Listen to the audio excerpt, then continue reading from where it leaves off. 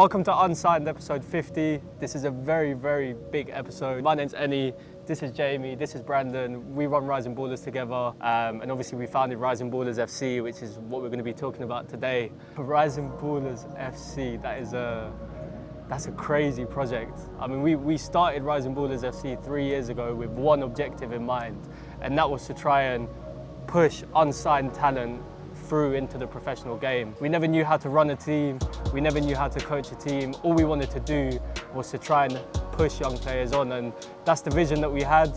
3 years later, it's just been more than I could have ever imagined. Get that contract, get that dough. Rising Ballers, let man know. Come like Trent when the text on show. Top boy shooter, come like Brewster. Joe Gomez, beat Bully and Bruiser. Squad goals make the team go further. To Maury, to Mount, to Timo Werner. Yeah, Werner. Jaden Sancho, man a hot stepper. Bring the young guns through Arteta, and we don't drop the ball like Kepper. Man get clamped and man get twined, and Diags, yeah, they get sprayed. Told man straight is ballers only, us man are coming with the next wave. Man get clamped and man get twined, and Diags, yeah, they get sprayed. Told man straight is ballers only, us man are coming with the next wave. Bang, bang, bang, bang, bang. Ballers only. In our first season, we found a boy called Darius, and he was a bit of a star and a standout pretty early on for us. He did a crazy touch against the team that went viral.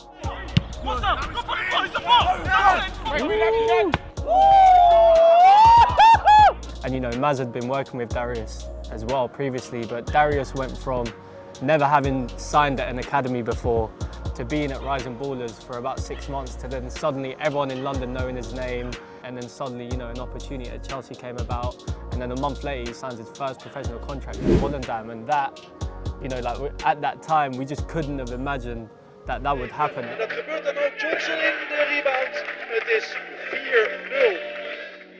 4-0. I think Melvin's one took us all by surprise, to be honest, because obviously you know how old he is and you know how much he trains, but he's 24, 25, and most people are in the system by the ages of 19, 20 to 23.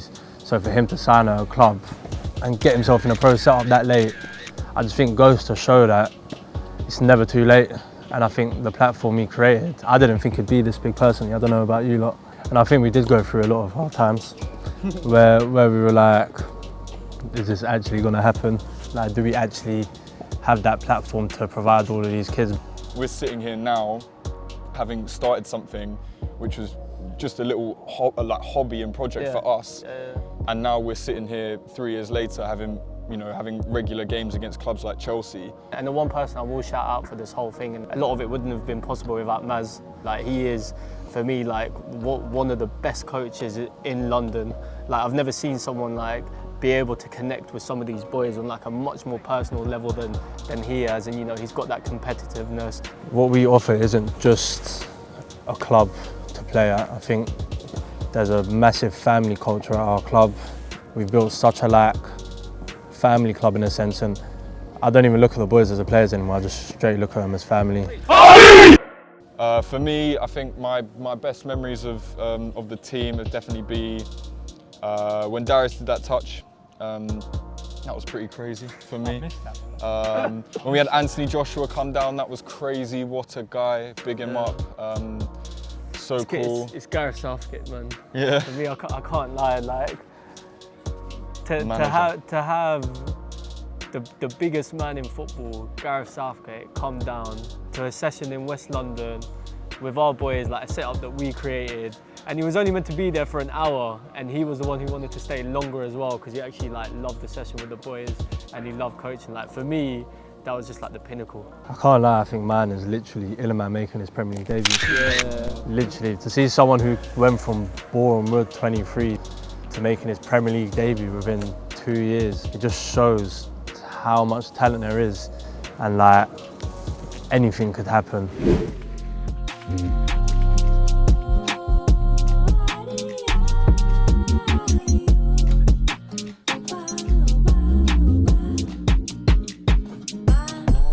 What we've been able to do in 3 years, we're using that as inspiration now for what we can do for the next 10 years. For us, the point that we kept coming back to is we have to be in the football pyramid. we have to go Saturdays. We have to see how high we can climb. And that is like the major announcement for this video, and that is... Rising Ballers going into non-league.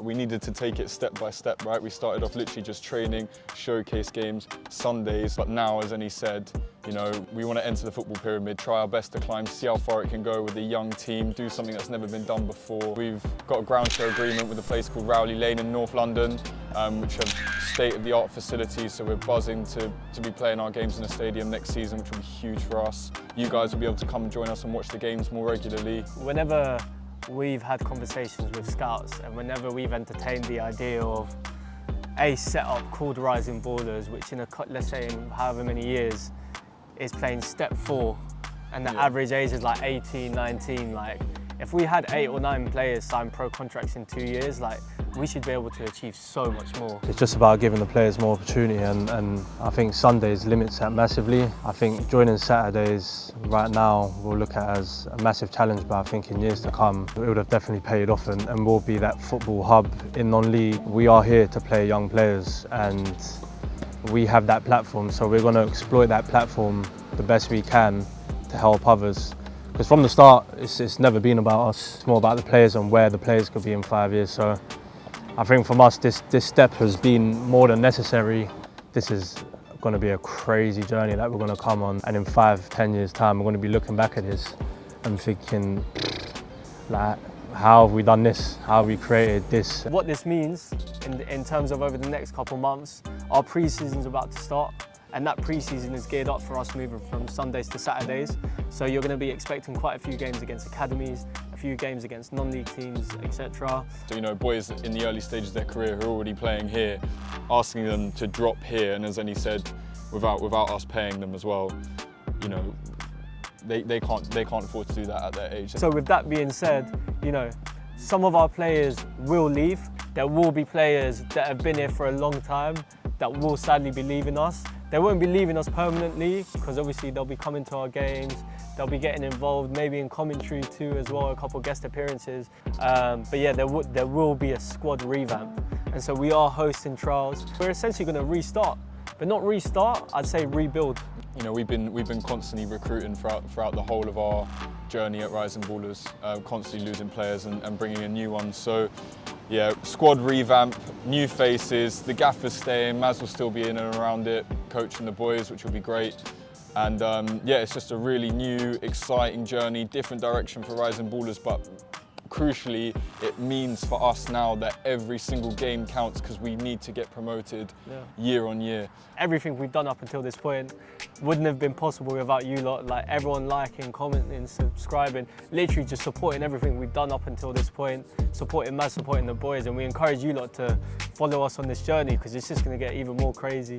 As well as all of the support from obviously you guys, I think none of this would have been possible as well without the people who got behind us from the early days, the Nikes, Sport Bibles, Stat Sports, Lucas Aiden, and even Flag in the Sand when we were scrambling for a sponsor. So without people like that who kind of put faith into us and believed in us, we would not be making this decision. From all of us, can't appreciate it enough. Every single player that's put on an RB top, whether it's been 1 game or 20 games, or 100. Yeah, big thank you to you guys for supporting the club and playing for us and playing with an RB on your chest. It means the world to us. Without you boys and girls, we wouldn't be able to make this leap.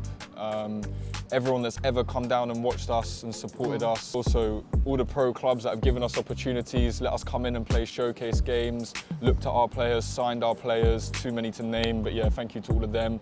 Family members, our family members that have helped us out and made this all possible from the early days, you know.